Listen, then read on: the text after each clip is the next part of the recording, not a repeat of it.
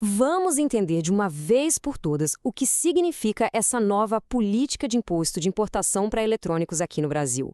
E, claro, o que isso muda no bolso de quem compra e de quem produz tecnologia no país. Opa, tudo certo? Antes da gente mergulhar nos detalhes, aquele pedido rápido. Se você curte análises como essa, já deixa o like e se inscreve no canal, beleza? Esse apoio faz toda a diferença para a gente continuar trazendo esse tipo de conteúdo. Bom, vamos direto ao que interessa. A pergunta que todo mundo está se fazendo é essa: por que o próximo celular, a próxima placa de vídeo ou qualquer eletrônico importado tem tudo para chegar mais caro na loja? A resposta, resumidamente, está numa canetada recente do governo federal. E olha, não estamos falando de um ou dois produtinhos, não. A medida afetou uma lista com mais de 1.000 itens. O foco principal foi em bens de capital, que são as máquinas e equipamentos para a indústria, e também em produtos de informática. Ou seja, é um reajuste bem grande e que já está valendo. Tá, mas qual é a lógica por trás dessa decisão? Vamos dar uma olhada nas justificativas que o governo apresentou para explicar esse aumento. Basicamente, a decisão se apoia em 3 pilares. O primeiro, e o principal, é a defesa da indústria nacional. O segundo é a busca por um equilíbrio fiscal. A projeção é arrecadar uns 14 bilhões de reais a mais. E por último, um termo chique: reciprocidade geopolítica. Traduzindo, é o Brasil se alinhando a outros países que também tomam medidas para proteger seus mercados. E o que acendeu esse alerta no governo foi isso aqui. De acordo com o Ministério da Fazenda, as importações de bens de capital e de informática subiram mais de 33% desde 2022. Na visão deles, essa enxurrada de produtos estrangeiros era uma ameaça que poderia, e eu cito, colapsar elos da cadeia produtiva brasileira. E essa fala do ministro Fernando Haddad resume bem a estratégia. Ele diz que o objetivo principal não é nem arrecadar mais dinheiro, mas sim regular o mercado. A ideia é criar um incentivo para que as empresas estrangeiras montem suas fábricas aqui no Brasil, em vez de só venderem seus produtos para cá. É uma aposta na produção local. Certo, já entendemos o porquê, agora vamos para o como. O que, na prática, mudou nas alíquotas de importação? Como ficou a conta? A mudança não foi um aumento igual para todo mundo. Foi um realinhamento técnico em faixas. Dá uma olhada na tabela. Basicamente, produtos que pagavam menos de 7,2% de imposto agora pagam 7,2%. Quem pagava algo entre 7,2% e 12,6% foi para o teto de 12,6%. A mesma lógica vale para a faixa seguinte, que sobe para 20%, e ainda tem alguns itens especiais que podem chegar a 25%. E aqui que o bicho pega para quem curte tecnologia. Olha só o impacto em componentes que a gente conhece bem. Processadores que tinham imposto quase de zero, agora partem de 7,2%. Placa-mãe e placa de vídeo pularam para 12,6%. Memória RAM também. Mas o grande destaque vai para os smartphones, que agora tem uma alíquota de 20%, e os servidores, que foram de 0 para 25%. São saltos bem consideráveis, né? Agora vem a parte mais importante. Como é que o imposto de 20% na importação vira um aumento ainda maior lá no preço final da loja? É hora de entender o famoso efeito cascata.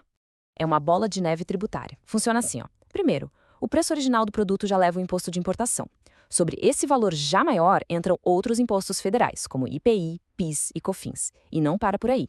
Sobre esse total ainda maior entra o imposto estadual, o ICMS. Ou seja, é imposto em cima de imposto. Cada etapa aumenta a base de cálculo da seguinte, inflando o preço antes mesmo de o lojista colocar margem de lucro dele. E para a gente ter uma ideia do que isso significa no mundo real, os especialistas do setor estão calculando que o aumento final para quem compra um celular importado vai ficar entre 15% e 20%.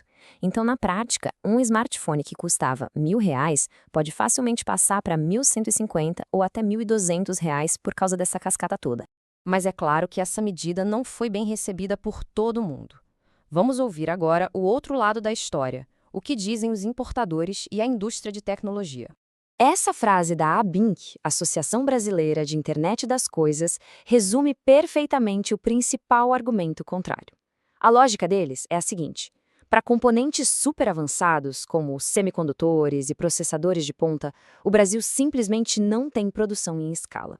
Então, a crítica é que aumentar o imposto desses itens não protege uma indústria que nem existe aqui, só serve para encarecer o produto final brasileiro que precisa desses componentes importados para ser feito. E as preocupações vão além. Existe o medo de que isso atrase a modernização das nossas fábricas, que já estão bem defasadas. Isso pode gerar inflação e fazer as empresas brasileiras perderem competitividade. Outro ponto é que, em muitos casos, a indústria nacional não dá conta de produzir tudo o que o mercado precisa. E, no final da linha, com preços mais altos, as pessoas podem simplesmente adiar a troca de aparelhos, o que causa um atraso tecnológico no país como um todo. E o resumo da ópera, segundo o setor, é que custos mais altos com equipamentos e componentes essenciais podem fazer com que as empresas adiem ou até cancelem projetos de investimento em tecnologia. E isso afeta a produtividade e a inovação na economia inteira.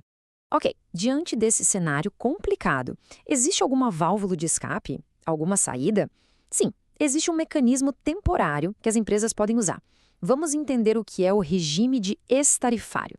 O ex-tarifário é basicamente uma espécie de passe livre do imposto de importação. O governo pode conceder essa isenção total, zerando o imposto, mas só para máquinas e produtos de informática que não tenham um similar fabricado aqui no Brasil. É o governo reconhecendo que, para certas coisas, importar é a única opção.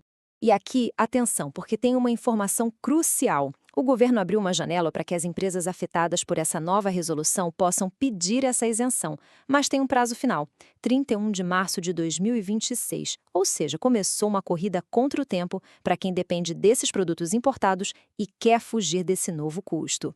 E, no fim das contas, a gente fica com essa grande questão em aberto. Essa medida vai mesmo fortalecer a indústria nacional, como espera o governo, ou vai acabar gerando preços mais altos e um atraso tecnológico para o país, como teme o setor? Bom, o debate está longe de acabar e os efeitos práticos a gente só vai sentir de verdade nos próximos meses. A discussão continua.